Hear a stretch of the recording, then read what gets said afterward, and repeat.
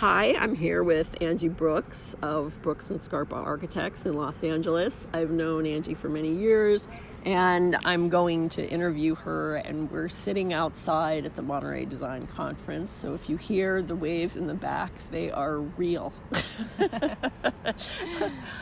Angie, what are your first recollections of experiencing architecture?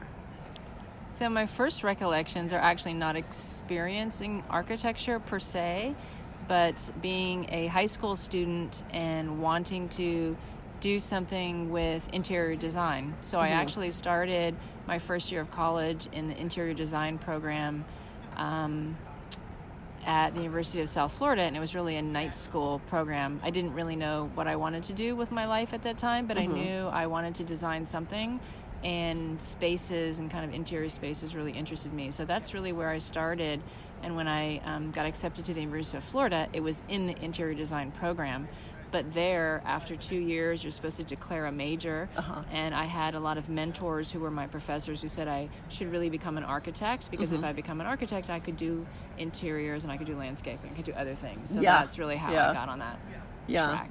And were those mentors women, or were they were all men? They were all because men. When I was in school, there were really no women professors at the time. There was one who I remember, but only one. Okay.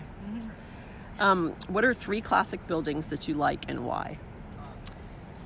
So the first one that I can think of is the Cocoon House, which is a little house by Paul Rudolph in Florida, where I was born and raised.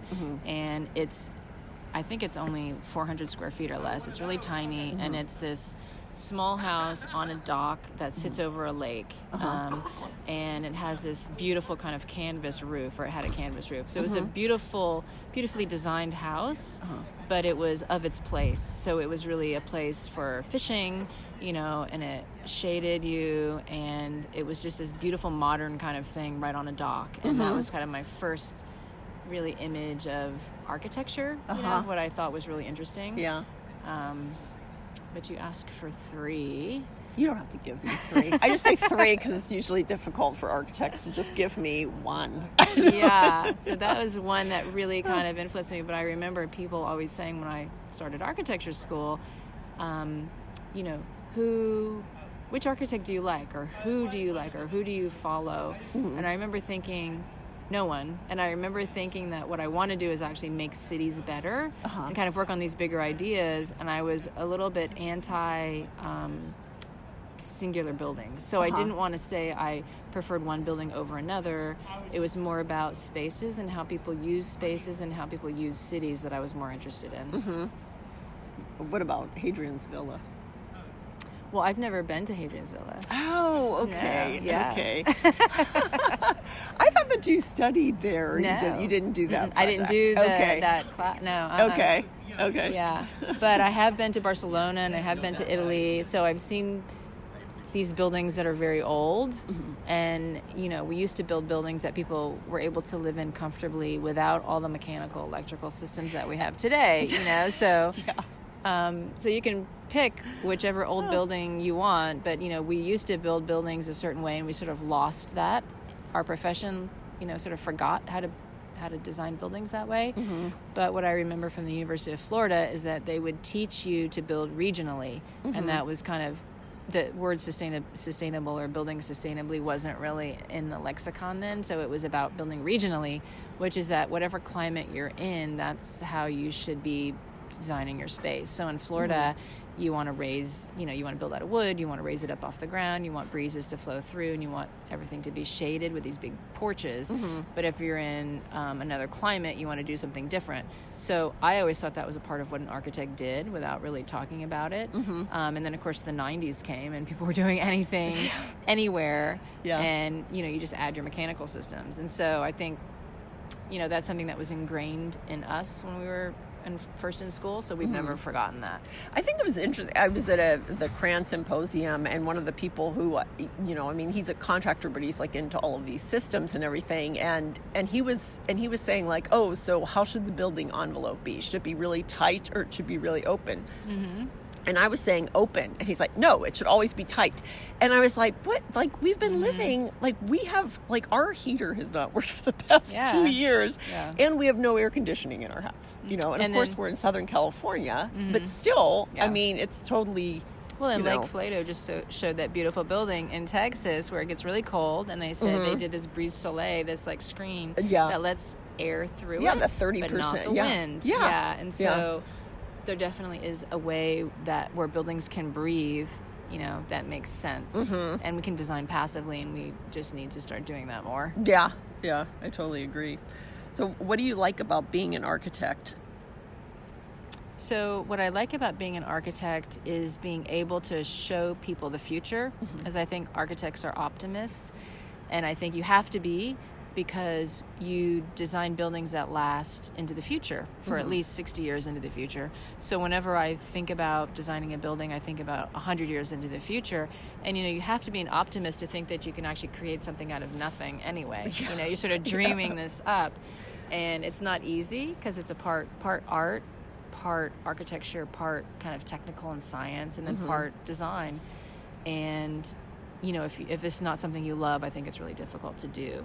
So I guess what I like about being an architect is being able to show people what the future could look like. And I think it makes more sense nowadays when we know the future is going to change, right? We know change is coming, that we can, as a profession, those of us who are architects can actually show people what good communities might look like in the future with climate change and with sea level rise. And I don't think anybody's actually shown that yet, but it's something that we could do. Yeah, definitely. And what we build is around for a long time, so we have to be we have to be thinking about the future. Conscious of what we're doing. Yeah, exactly. Why did you decide to apply for fellowship and in the AIA, and what topic did you choose? So I decided to apply for fellowship because of the lack of female representation in our profession. And I think less than 3% of female architects are actually fellows. I think that's probably true. But you know, beyond that, there aren't many female architects. So I did it for the generation that comes after me, because I want women to know, because I think you have to see what you want to become. You need to see you in these roles, yourself in these roles. And so I did it because of that, but also going through the process really made me look back on the last 20 years of what I've done and kind of put it into some kind of organized whole. And I remember doing it and then looking at it and thinking, wow, there's really a lot of interesting stuff I've been doing, you know. So it was really great to actually do it, because it was sort of this, you know, process. So that was really fun, but I did it under the practice object. And partly it's because my partner is really the design kind of lead of our firm, and I'm really more interested in kind of how things fit together and to make our practice successful, and how you have to carry design through every phase of every project, and it carries through your business. And you know, the practice of architecture, if you don't have that, you have nothing. You can design and design and design, but if you can't actually talk to clients and sign contracts and hire people and actually produce buildings that are well designed, you know, we don't want to actually design something that doesn't get built. So every client that comes to us, we make sure that that's something that can get built. So, you know, the design part of it is 5%, I think, of what we do, if you look at it kind of on that scale. And 95% of what we do is not design per se. It's all the other parts of it, which is following your design through to get the building built and talking to your multitude of consultants doing everything else. So the person in the firm that does all that is me, so I went for the practice side of things, because that's kind of what I'm more And I still think that that's designing. I still think that designing like all the way through. I mean, it's 5% of like the design. It's like, okay, the schematic design is this, but you're constantly designing a project depending on what different things have changed, or you're adding something new to it, so you have to change what you've already done. Or if it's over budget, you have to go back, and you have to actually be able to prioritize what the most important part of the design is.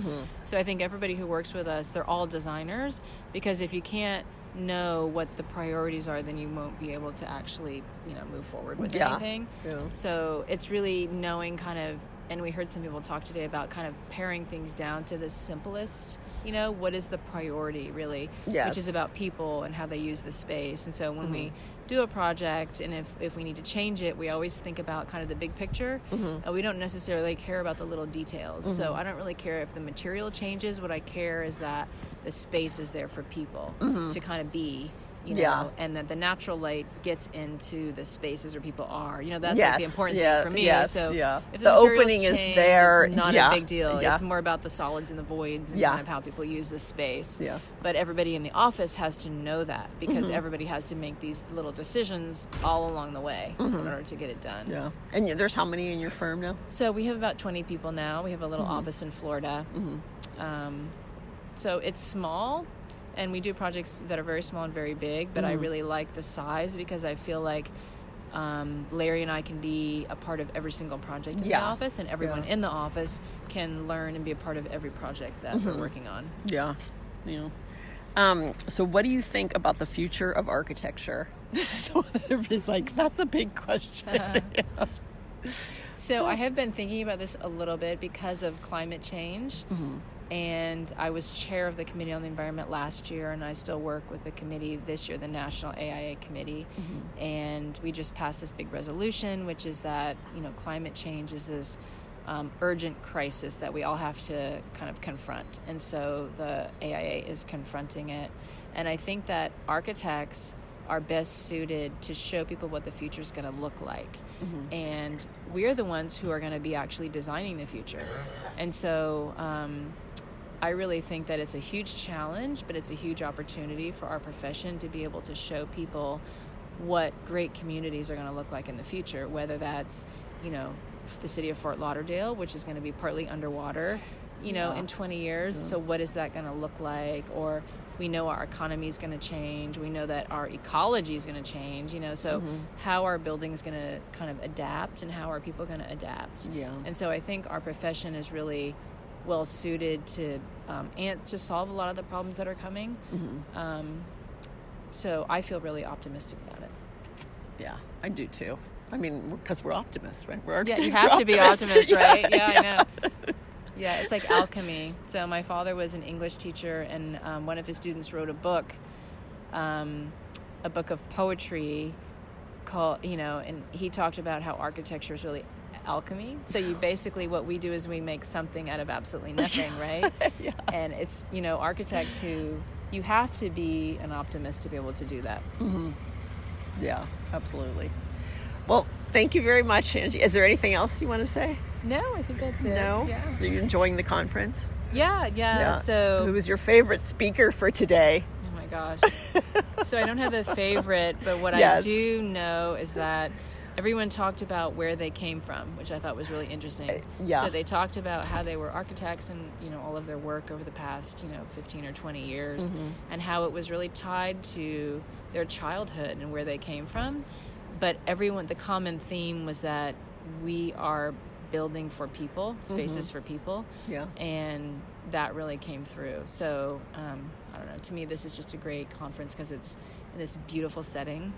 And, Julia Morgan's great buildings, and, it's this kind of social space and everyone talking and kind of sharing ideas. It's like camp. It's like camp like for camp. Architects. So it really clears your mind, and lets you think about what's important in life. Definitely. No, I really enjoy. I really enjoy coming here. This is my first MDC as an architect. I did come as a spouse, even though I was an architect, but we had a newborn. So right. So we've been coming, I think, for 8 times, which would be 16 years, and our son's 19. Oh, yeah. So I think he started coming here when he was 3, which is a long time. So